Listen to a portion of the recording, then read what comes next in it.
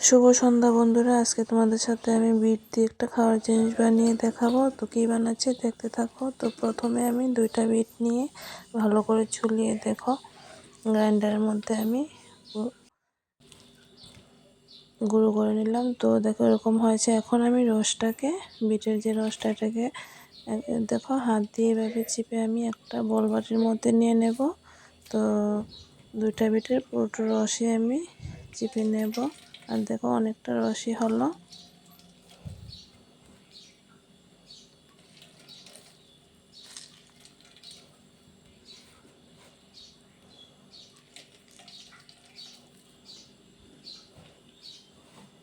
তো দেখো 2টা বিটের মোটামুটি বেশিরভাগই রসটা আমি চিপে নিয়ে নিলাম। দেখো এতটুকু হয়েছে।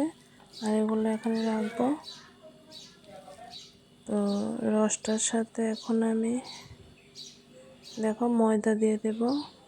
এই চামচটা দিয়ে 2 চামচ ময়দা। তো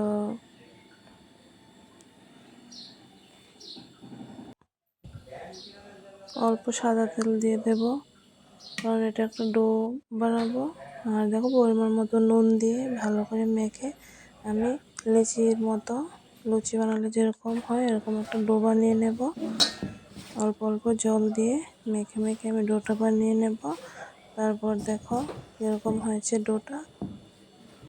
তো ডোটা এরকম হয়েছে। আর কালারটা দেখো একদম পিঙ্ক, মিষ্টি পিঙ্ক কালারটা খুব সুন্দর হয়েছে। তো এখন আমি আজকে বানাতে চলছি মোমো।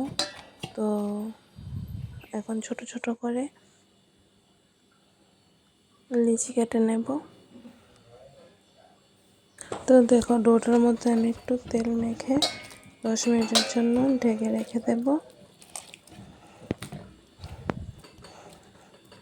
তারপর আমি দেখো লিচি কেটে লিচিগুলোর মধ্যে বিটের যে ছাবাগুলো ছিল এগুলোর সাথে পেঁয়াজ, রসুন, আদা কুচিয়ে, কাঁচা লঙ্কা কুচিয়ে দিয়ে ছোট ছোট করে লিচি কেটে ভিতর দিয়ে ছোট ছোট মোমো বানিয়ে নিলাম। এটা সবটা তোমাদের সাথে শেয়ার করতে পারলাম না। তো দেখো এরকম হয়েছে। তো এখন আমি এগুলোকে ভাপে দেব।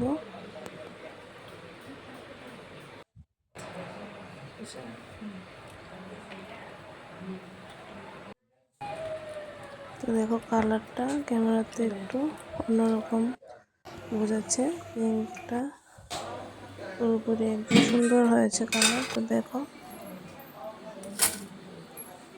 এটাকে ভাপ দেওয়ার পর এরকম হয়েছে। আর খেতে খুবই ভালো হয়েছে। তো আমরা স্যুপ দিয়ে এটা খেয়েছি।